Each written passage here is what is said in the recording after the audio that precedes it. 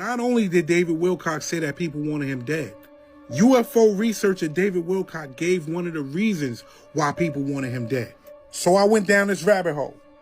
And if the information that this man put out to the world is true, then I really do not believe that this man took his own life. David Wilcock knew some things that he was not supposed to know. And the information that he wasn't supposed to know about wasn't just about aliens and UFOs. David Wilcock had some information on black people. David Wilcock had information about a black Jesus. You ever heard of the name Simeon Toko? Well, if you haven't, just know that David Wilcock had information on this man. David Wilcock wasn't supposed to put out the information that he had on this man, but he put that information out. Listen to this shit. I need you to listen to this.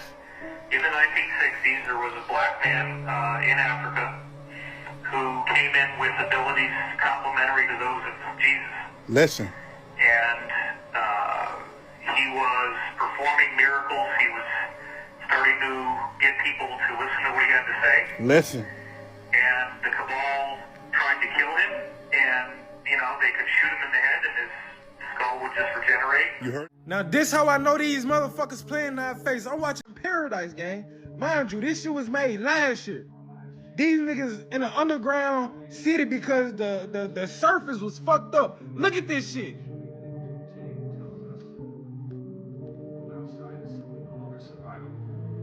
So they gotta send some folks up there to look at this fucking fucked up world. Look who they finna gang. That's why we're sending these four-brain explorers into the unknown to assess it, to get answers and bring them safely back to us. No? Did they just send these motherfuckers to space?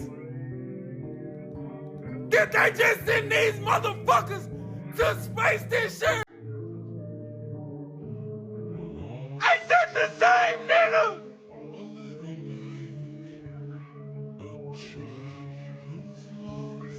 The fuck? Ah! What the fuck, nigga? It's the same, what the fuck? People think Cabbage Patch Kids were just a strange 1980s toy, but the idea behind them is much older and much stranger. Before the dolls ever existed, old world postcards showed babies literally growing out of cabbages. Thousands of them. This imagery was common in the late 1800s and early 1900s. And here's where it gets unsettling. During that same time period, babies were actually being mailed through the U.S. Postal Service. Not figuratively, literally shipped like packages. There were also advertisements that looked less like adoption and more like shopping. People browsing, selecting children, almost like inventory. Now consider something else from that era. Old photographs show entire cities already built, but strangely empty. Massive streets, grand buildings, very few people.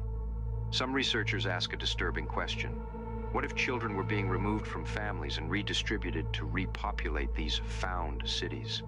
Cities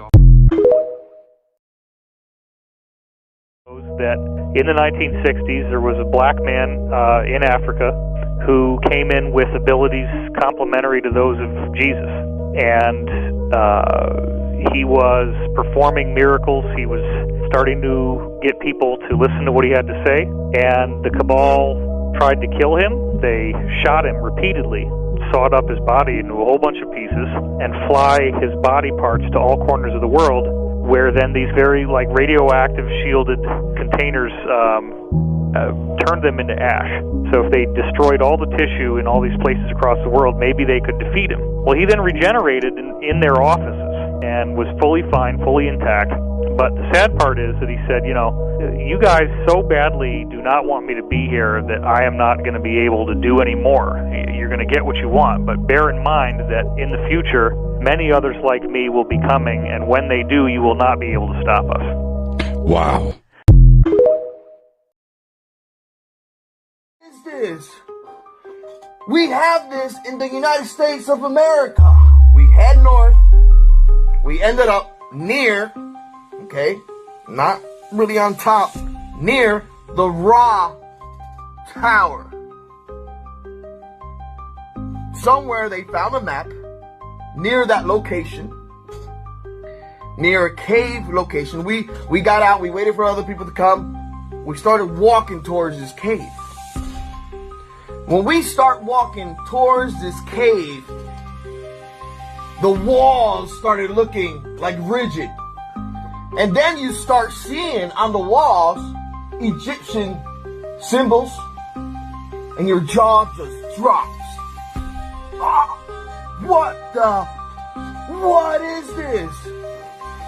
We have this in the United States of America. What is this? They're putting the puzzles together, right? We're finding this wall that has Egyptian writing on it. And we're like, we could not comprehend like what we were seeing. I've been to certain missions, like the Ark. I couldn't comprehend. Like, it took me for a surprise, but you feel different when you're in an Ark. But when you see, it's every mission is a different feeling. Okay, but you got to take it in, and you got to keep working, and you have to have your professionalism in. We're there to observe and to see what's happening. And they kind of knew, I think they kind of knew in the future that I was going to say this information. For goodness sake, disclosure is coming soon. Okay? So we see this wall, enter into this cave, and we see like stairs, and we see writings on the side. And we're like, what the heck is this? Other soldiers are shocked what they're seeing. Why are they keeping this from the public? They're keeping it because of national security, because of things that they find there that cannot be public. People need to understand that. We pass this room with a golden round table, like a couple of them, and the person that's in charge, the park ranger, he says, just follow me and keep walking. But when you pass these rooms, you're like, the archaeologist wants to stop, and he keeps walking. He's like, we gotta keep going.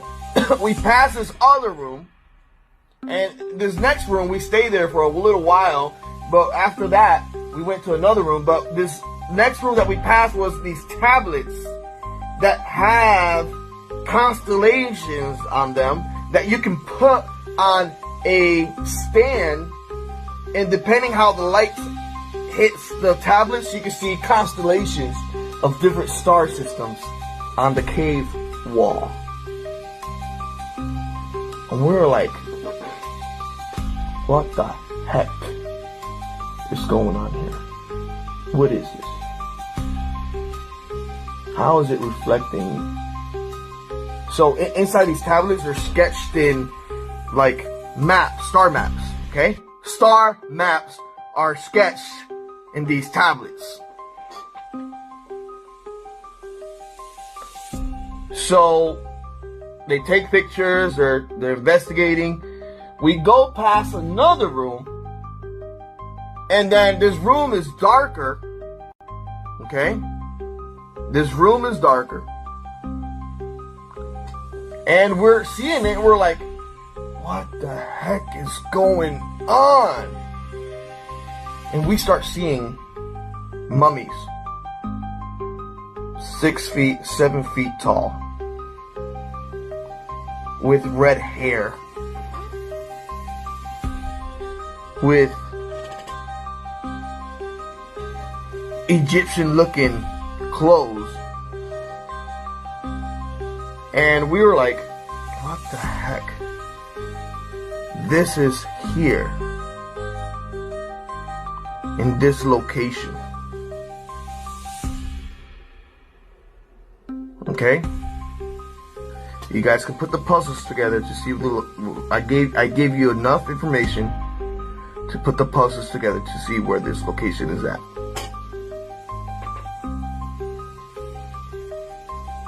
This location has been excavated before, and it's locked now for the public. Okay. So we see these mummies. The archaeologist goes crazy. He starts doing investigation. If you guys really want to hear the full details more, I'm giving you other details. But on update 16 on Exopolitics, I'm gonna put the link in the comments. You can see there also the first comments and the first things I said on this mission. So we see these mummies and we're walking around. We're like, what the heck is this location? And not only that, the ranger tells us, wait. If you see in this room, we found another room that is gonna blow your mind. So, we have a couple guys, they're locked and loaded. We don't know what's gonna happen. We're in this location that is restricted, okay? There's two entrances. There's an entrance that you come in through stairs. That's the entrance that we came in, through the cave, through stairs, and through these different rooms that are huge when you look up, okay? And there's another entrance or exit.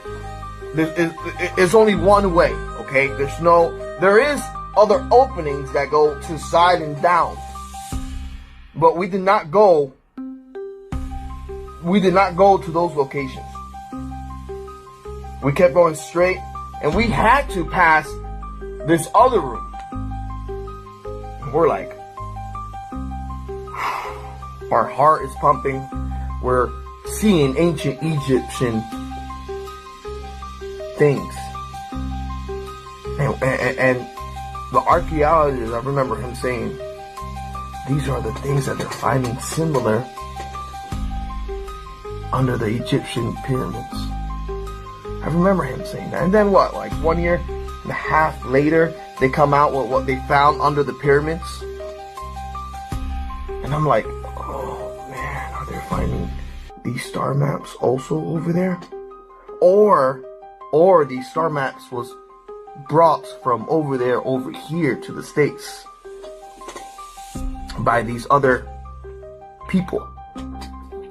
They came and they brought their stuff from Egypt to the Americas. Because the next room that we went, it had a flying saucer UFO vehicle, Vimana, whatever you want to call it. But I was thinking in my mind, I have seen Nordic ships, but this one looked like an old school Nordic ship.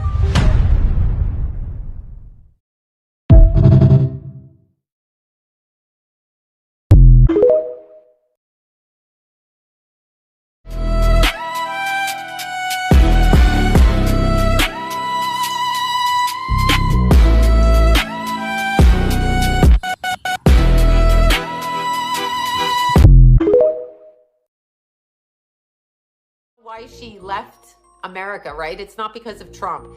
When they blame Trump, that's called scapegoating. For all you ladies and gentlemen that have been scapegoated in your life, you know what that is. That's scapegoating. I'm not saying Trump is good. I'm saying he is being used as a target to distract from the pedophilia, the videos, and the child trafficking that these people do and have left the country because they don't want those lists being released. That's the problem, okay? That's the problem. So that problem is, that's what it is, all right? So you understand, you're not leaving your country because of this doofus or that doofus. That's just not true. That is not true. That is a lie. So you are leaving for another reason, okay? You're leaving for another reason, and you know you're leaving for another reason, but you're trying to go like this. It's there. Did Ellen DeGeneres leave America? And you know why she left America, right? It's not because of Trump. When they blame Trump, that's called scapegoating. For all you ladies and gentlemen that have been scapegoated in your life. Staring at a hybrid. Would you know it? I call them hybrids. They are bred to look human, and not just human, but average human, that will not stand out, that blends in, period. And so, no, you would not know it. And if you knew it, that person wouldn't be there. If they're too tall, not a chance of coming down here. If they got too big a nose, not going to happen. If their eyes are too big, nope. They have to look absolutely average. Normal. What they do, and they can do this during an abduction, during a near-death experience, all kinds of other things. Here's how they do it during an abduction. A man will be taken on board a ship during an abduction. His body will be put into a coma. They will slowly bring the body to death. At the moment it achieves death, the soul exits. You follow? When the soul exits, using technology, they will replace this soul with another, and they will bring the body back. They can do this in 4 seconds using technology. He gets up, there's another soul in there. It looks like Batman, but it isn't Batman anymore. It's somebody else who has a completely different agenda. Now, if you're an ET, a negative ET, in order to manipulate third density, you have to be in third density. And this is how they're doing it. This is how they're doing it, along with, their craft and all the other things. But some choose to be in human form. The Orion, this is Orion technology. I am a gatekeeper who holds the keys to a perspective that most won't reach. Having schizophrenia allows me to hear and see things that others do not.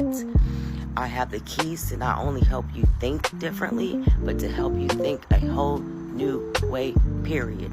I can unlock creation, inventions, help you be better and bolder. David Wilcock, he knew the truth about black people. He understood that there was a metaphysical symbiotic connection between black people's DNA and how it's able to interface with these ultra-terrestrials who are interdimensional, outer-dimensional, extraterrestrial entities that come from a different star system, which are basically the same entities that the 12 scientists were also talking about, the ones that came up missing. So there's a metaphysical connection to everything that's taking place when it comes to the unaliving of David Wilcock and the 12 scientists missing. Now, here's a video back from 2012 where David Wilcock said verbatim that he will be unalived for putting out information talking about Simeon Toko, a man who had the abilities of Jesus, a man from Africa. And he said that he will be unalived for putting out this information inside of his book. The crazy story that I heard, which, and remember, it was told at the time that if I disclosed this, that I would be killed. And I ended up putting it in the book anyway. The story was that this guy, they finally said, okay, we're going to bring you to the United Nations and share your message with the world. Let's get you on this flight. They bring him on this flight, and instead of bringing him to the United Nations, they shot him repeatedly, and then actually had some kind of meat grinder device, and basically like a bandsaw, I guess, and sawed up his body into a whole bunch of pieces. These very like radioactive shielded containers, and then all these fighter jets dock with the plane and fly his body parts to the corners of the world. And then these containers turn them into ash. And they thought that maybe this would defeat him, like that his body somehow, the tissue was necessary. So if they destroyed all the tissue in all these places across the world, maybe they could defeat him. Well, he then regenerated in their offices. Now, when you get into the esoterics and the conspiracy of it, David Wilcock, he died on 4/20 at age 53. So from April 20th all the way up until the time of June 12th of 2026, that's 53 days apart exactly. And that's when the movie Disclosure Day comes out on June 12th. So from June 12th all the way back to April 20th is exactly 53 days apart, and David Wilcock was unalived at age 53. There's an esoteric connection with that. And then when you look at the movie cover of Disclosure Day, it's the same deer that was on Leave the World Behind. So there's a metaphysical connection with that. Through the eyes, also in through the eyes. Body jumping from body to body. When the body wears out, jump to the next body. You know the name Elena Kapulnik? Not too well. I've heard it, yeah. She's a super soldier, and through her astral body, she contacted Queen Elizabeth. The Queen told her that she's 7,000 years old reptilian. Right. I don't know the specifics like you said, but I mean, I wouldn't doubt that. Body jumping from body to body. When the body wears out, jump to the next body through eye transfer. So they'll take the point of death of the person, they'll draw the energy from the eyes, the soul comes out through the eyes. You can go also in through the eyes. And replace the switch soul. it up. The awareness level stays. She would not lose her memories like we do. When we go through our cycle, we have amnesia. So she remembers everything from 7,000 years. Yes, full memory, yeah.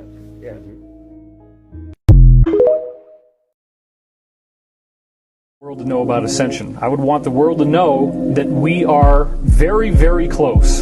And all the people on the inside know this. This is the key of disclosure. We are very close to some sort of energetic shift that the sun is going to do. There have already been multiple experiments, I've heard this from several insiders, in which they take ordinary folks and they put them into a room and they zap them with the energy that our sun is going to give off when we go through this change. Become very blissed out. They start to get really telepathic. They can move things with their mind. Everybody kind of goes into a psychedelic trip. Our government knows that this is going to happen, where there's no veil left, where we are wide open to reality.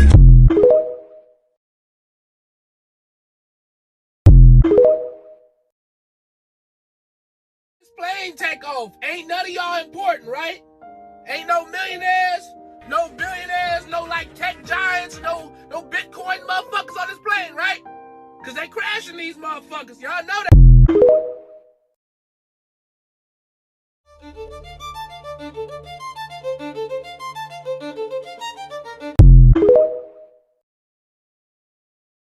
That I have on earth is a gift and a blessing, and I'm very grateful for that, because frankly people are disappearing, scientists are going missing. Now they're saying they're going to investigate this. The president himself is saying they're going to look into this and see if anything's going on. It's a little bit scary.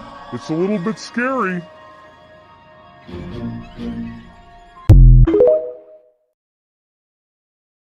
Industry, what you must understand is, when you do sell your soul, you are allowed to live forever. And these people that are called youngins, like I was, had no idea that these people still live. They will prey, haunt, kidnap, anything to stay on top. This is their world. They have nothing but time, is what they believe. The art of exchanging spirits, trading spirits. And then when they do die, they can move their consciousness from their decaying body, from their dead, body, to a new clone of themselves. They can basically, they can harness and control and transport the informational bundle that is a soul from one piece of hardware to another, or wetware to another. They know how to do this, and this is why, like, in all the human myths about Apollo and Aphrodite and whatever, Zeus himself, these gods seem like they live forever. They always look the same, and whereas humans are, being born and dying generation after generation, these Nordics these gods always look the same, because first of all, their lifespans are thousands of our years per body, and then also they can move their consciousness into clones of themselves. So yeah, it's exactly as you describe it. It was done a very long time ago. And these are the people who manage us